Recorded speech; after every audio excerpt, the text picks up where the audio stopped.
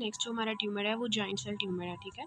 उससे पहले मैं आपको थोड़ा सा बताऊंगी कि डिफ्रेंशिएट कैसे करेंगे लोकेशंस ऑफ द 3 ट्यूमर जो हमने अभी तक डिस्कस किए हैं। ऑस्टियोसार्कोमा हमने डिस्कस किया, एविंग सार्कोमा हमने डिस्कस किया, ठीक है। डायफिसिस को जो इन्वॉल्व करा था वो कौन सा था?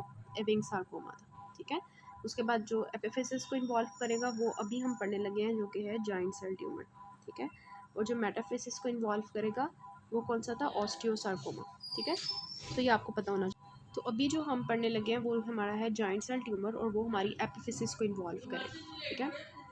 तो सबसे पहले हम ये देख लेते हैं कि हम इसको जॉइंट सेल ट्यूमर क्यों कहते हैं। आपको पता है हमारे जो ऑस्टियोक्लास्ट होते हैं, हमने उनके स्ट्रक्चर को देखा था कि उनमें बहुत ज़्यादा मल्टी न्यूक्लिएटेड होते हैं वो, ठीक है। बड़े बड़े सेल्स होते हैं, ठीक है। ऑस्टियोक्लास्ट हमारे छोटे इतने बड़े बड़े होते हैं, ऑस्टियोब्लास्ट इतने छोटे छोटे होते हैं उनके मुकाबले में।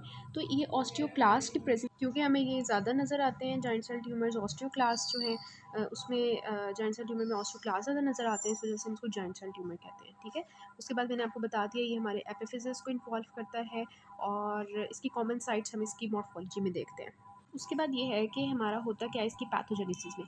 इसकी पैथोजेनेसिस में ये होता है कि रैंकल जो होता है वो ज़्यादा हो जाता है, और जब भी रैंकल ज़्यादा होता है उसकी वजह से ऑस्टियोक्लास्ट ज़्यादा होना शुरू हो जाते हैं, और ऑस्टियोक्लास्ट जब ज़्यादा होते हैं तो उसकी वजह से हमारी जो बोन होती है उसकी रिजॉर्प्शन स्टार्ट हो जाती है, बोन जो होती है वो टूटना शुरू कर देती है, ठीक है।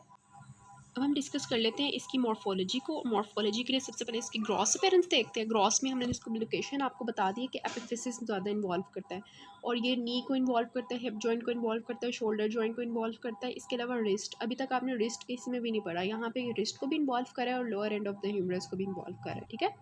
उसके बाद इसके साइज़ देखें कि लार्ज होता है ये, और क्लियरली सर्कमसाइज्ड होता है। जब आपने एक्सरेज में देखा था रेडियोलॉजिकली ऑस्टियोसार्कोमा को, तो वो कैसे फैला हुआ था, सनबर्स्ट अपीयरेंस दे रहा था। और जो हमारे पास था हमारे पास एविंग सार्कोमा था, और वो भी कैसे हमारे पास अनियन पील अपीयरेंस दे रहा था और फैला हुआ था।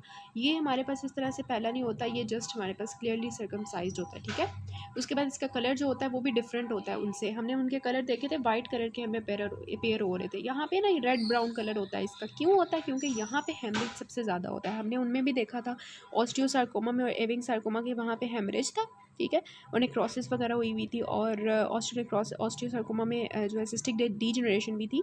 यहाँ पे कलर देखें इसका जो है ब्राउन कलर का इतना ज़्यादा क्यों होता है? क्योंकि इसमें जो है ना, मैं रेड से आपको शो करती हूँ कि रेड कलर से कि इसमें हेमरेज बहुत ज़्यादा हमें नज़र आता है, बहुत ज़्यादा, इतना कि ये देखें यहाँ पे ऐसे लगता है जैसे एक स्पॉन्ज है, ठीक है। स्पॉन्ज का आपको पता है ना, वो जो स्पॉन्ज होता है, ऐसे लगता है स्पॉन्ज है, उसके अंदर फुल ब्लड भरा हुआ है, ठीक है। इस तरह से ये जो ट्यूमर होता है ना, हमें पूरा रेड ब्राउन कलर का नज़र आता है। ये देखें इसकी ग्रॉस अपीयरेंस, आपको ये पिक्चर से अब याद रहना चाहिए कि देखें किस तरह से पूरा ब्लड से भरा हुआ, हेमरेज हुआ हुआ है फुल, ठीक है।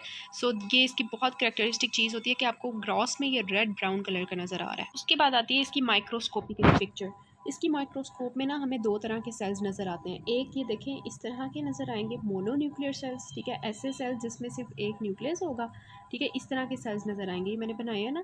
तो इस तरह के सेल्स होंगे गोल गोल से, ओवल ओवल ओवल से, ठीक है। और उसमें जो ना न्यूक्लियस ज़्यादा होगा, न्यूक्लियस ज़्यादा होगा, साइटोप्लाज्म कम होगा। लार्ज न्यूक्लियस होगा, थोड़ा सा साइटोप्लाज्म होगा, माइटोटिक एक्टिविटी होगी नियोप्लास्टिक टाइप में। जो नॉन नियोप्लास्टिक होगा उसमें हमारे पास जो होता है वो, यहाँ पे मैं लिखना भूल गई हूँ, ये देखें नॉन न्यूप्लास्टिक जो होते हैं ना, ये हमारे पास होते हैं फ्रॉम द मोनोसाइट्स, मोनोसाइट से ड्राइव होते हैं, और वो जो है ना इतने ज़्यादा न्यूप्लास्टिक नहीं होते हैं एज़ कम्पेयर टू ये वाले जो मोनोन्यूक्लियर स्ट्रोमल सेल्स होते हैं, ठीक है। या आपने नॉन न्यूप्लास्टिक और न्यूप्लास्टिक को मोनोन्यूक्लियर स्ट्रोमल सेल्स में लिखना है। ये जो 2 वाला मैंने लिखा हुआ है ना, मल्टी न्यूक्लिएटेड जॉइंट सेल्स, ये अलग से हेडिंग देनी है। इसमें जो आपने बताना है वो ये कि इसके नाम से पता चल रहा है मल्टी न्यूक्लिएटेड होंगे, मतलब कि ये हमारे पास जो सेल्स होंगे बड़े बड़े इस तरह के, इसमें बहुत ज़्यादा 100 से ज़्यादा न्यूक्लियस होते हैं, इस वजह से इनको कहते हैं मल्टी न्यूक्लिएटेड जॉइंट सेल्स, ठीक है। 100 और मोर न्यूक्लियाई होते हैं, और इनके ऑस्टोक्लास्ट लाइक जॉइंट सेल्स होते हैं बड़े बड़े, ठीक है। और ये रिचली वेस्कुलराइज्ड स्ट्रोमा होता है। फिर ये रेड वाला आ गया, रेड रेड, मैं सारा रेड रेड काढ़ी हूँ इस वजह से कि यहाँ पे देखिए रेड ही रेड है सब कुछ। रिचली वेस्कुलराइज्ड स्ट्रोमा के, इसका जो स्ट्रोमा होता है ना, मतलब सेल्स के इर्द गिर्द दरमियान में जो स्ट्रोमा पड़ा होता है वो भी सारा वेस्कुलराइज्ड, ब्लड वेसल से बड़ा होता है, और क्योंकि हेमरेज भी है और सब कुछ, तो ये रेड कलर का स्ट्रोमा हमें नज़र आता है। और उसी तरह हमारे पास सिस्टिक डीजनरेशन होती है और नेक्रोसिस होती है। सो ये आपका जो है ना इसका ग्रॉस एंड माइक्रोस्कोपिक पिक्चर है। और एक बात जो इस पे बतानी है मैंने इसके रेडियोलॉजिकल फीचर में, ये देखें इसका जो ये रेडियोलॉजिकली आपको नज़र आ रहा है, ये ट्यूमर बना हुआ है, ठीक है, ट्यूमर बना हुआ है। ये एपिफिसिस से स्टार्ट हुआ था और ये थोड़ा सा मेटाफिसिस में आया हुआ है। और ये देखें ये आपको बबल्स नज़र आ रहे हैं, बबल्स की फॉर्म में, बबल्स की फॉर्म में ये ट्यूमर अरेंज हुआ हुआ है, ऐसे बबल्स बने हुए हैं अंदर, ऐसे ऐसे ऐसे लग रहा है जैसे सोप बबल है, ठीक है, सोप बबल अपेरेंस देता है ये। अब देखें डिफ्रेंशिएटिंग चीज़ें, ऑस्टियोसार्कोमा में हमें रेडियोलॉजिकली क्या नज़र आ रहा था, हमें जो है वहाँ पे जो है सनबर्स्ट अपेरेंस नज़र आ रही थी। एविंग सार्कोमा में हमें अनियन पील अपेरेंस नज़र आ रही थी। यहाँ पे जो हमारे पास जॉइंट सेल ट्यूमर है, यहाँ पे आपको सोप बबल अपेरेंस नज़र आ रही है, ठीक है। सो ये आपने याद रखा। लास्टली आपको जो एक बात बतानी है इसके बारे में, जॉइंट सेल ट्यूमर के बारे में, कि ये ना यहाँ पे ये एपिफिसिस में रहता है, ठीक है, एपिफिसिस में ये रहता है। रेड कलर का बना रही हूँ याद रखवाने के लिए कि रेड रेड रेड सब कुछ, ठीक है।